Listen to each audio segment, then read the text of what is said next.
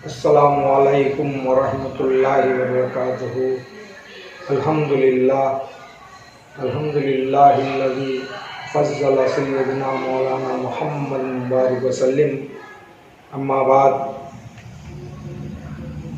हज़रत हबीब शाह बाबा के सिलसिले से जो इससे पहले उनकी करामात का सिलसिला जो चला है, उसी सिलसिले से ये भी एक कड़ी है। उन्हीं के करामात को जो मैंने सुना है उसको आप लोगों तक पहुंचा रहा हूं। इस तरह हबीब शाह बाबा की एक दूसरी करामत भी है। तो मौलाना यूसुफ ने मुझे एक और वाक़या उन्होंने सुनाया। वो ये कि उस ज़माने में हबीब शाह बाबा बस यूं ही जो है घूमा करते थे, कहीं भी चला जाया करते थे वो। तो एक दिन ऐसा हुआ कि एक मंदिर जिसको शिव मंदिर के नाम से याद किया जाता है, उस शिव मंदिर के पास बहुत सारे लोग बैठे गपशप कर रहे थे, बातें कर रहे थे। तो इसी असना में हज़रत हबीब शाह बाबा का गुजर उस शिव मंदिर के पास से हुआ। जैसे ही आपका गुजर वैसा हुआ उस तरफ से, तो वहाँ जो बैठे हुए थे हिंदू मुस्लिम सब लोग जो है हज़रत हबीब शाह बाबा को देख करके उनका अदब करते हुए एहतराम में सब लोग खड़े हो गए। मगर एक शख्स अपने गुरूर में, घमंड में बैठा रहा और सब खड़े होने वालों से कहता रहा, बैठ जाओ। क्या आदमी को, एक आदमी है वो भी हम जैसा, उसे देखकर इतना एहतराम अदब करने की ज़रूरत क्या है? तो दो चार उनके चाहने वालों ने उससे बहस करने लगे।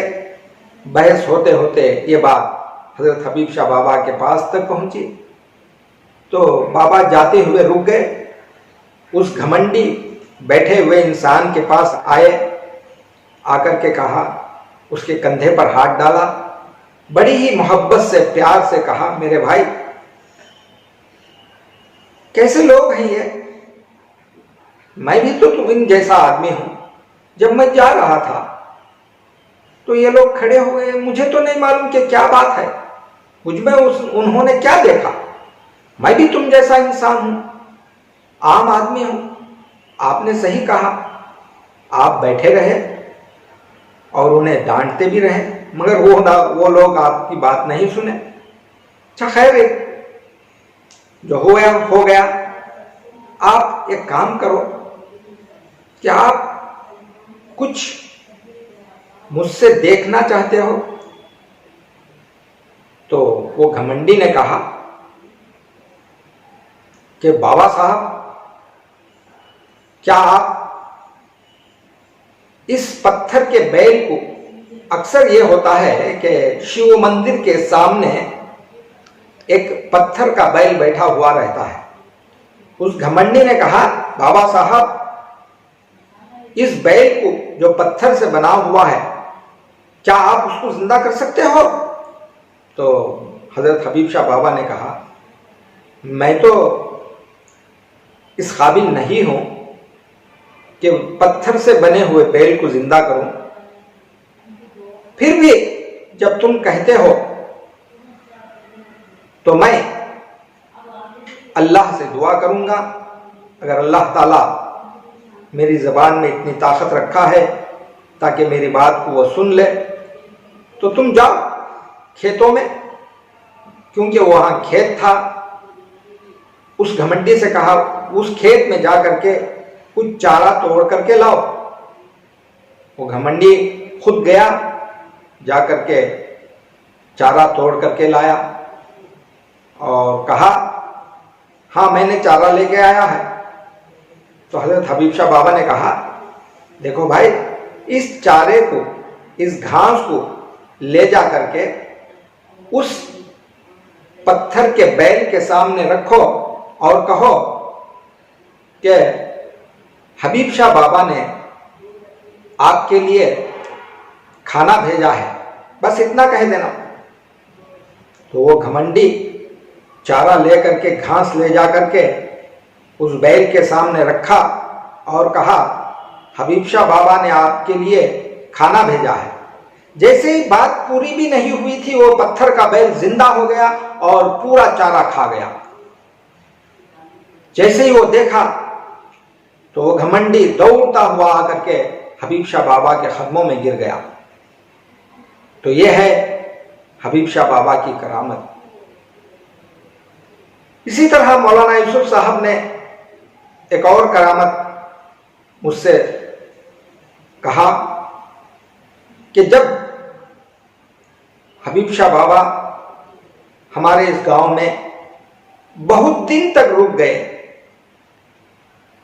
क्या मालूम कि एक दिन मुझसे कहा कि ऐ यूसुफ, यहां तो मुझे रुके हुए बहुत साल हो गए हैं, बरस हो गए हैं, अब मैं चाहता हूं कि मैं हमारे गांव को चला जाऊं। तो उस वक्त जो है हम लोग, तमाम गांव के लोग एक जगह जमा हो गए, इकट्ठा हो गए और हजरत हबीब शाह बाबा को विदा करने के लिए, उनको छोड़ने के लिए, उस जमाने में बैलगाड़ी ही थी। अगर कोई सफर करता था तो पैदल जाता था या बैलगाड़ी में सफर करता था या घोड़ों में बैठकर जाया करते थे लोग। ये रेल, बस, ट्रेन वगैरह इसका नामो निशान ही नहीं था।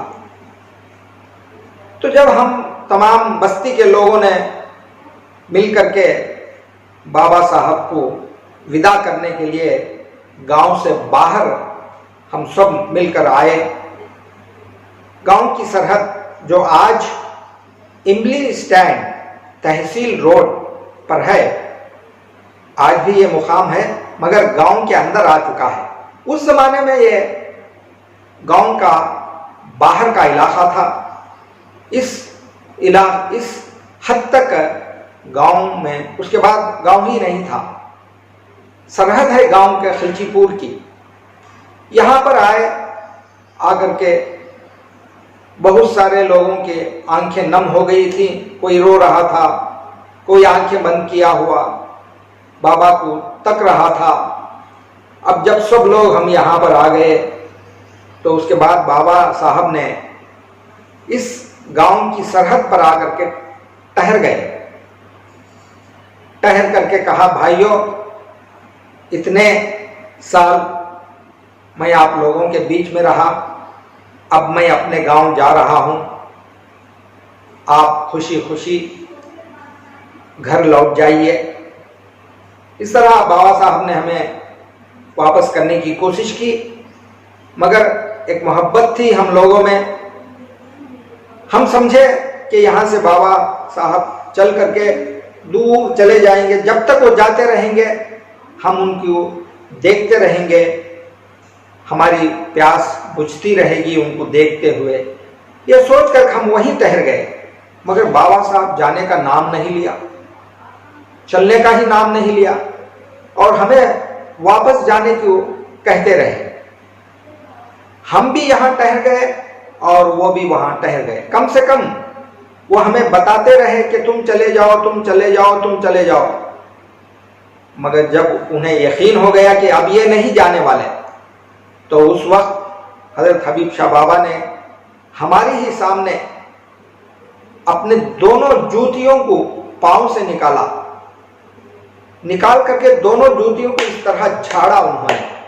हम देख ही रहे हैं कि जब दोनों जूतियों को झाड़ा, ऐसा झाड़ करके दोनों जूतियों को अपने बगल में इस तरह रख लिया।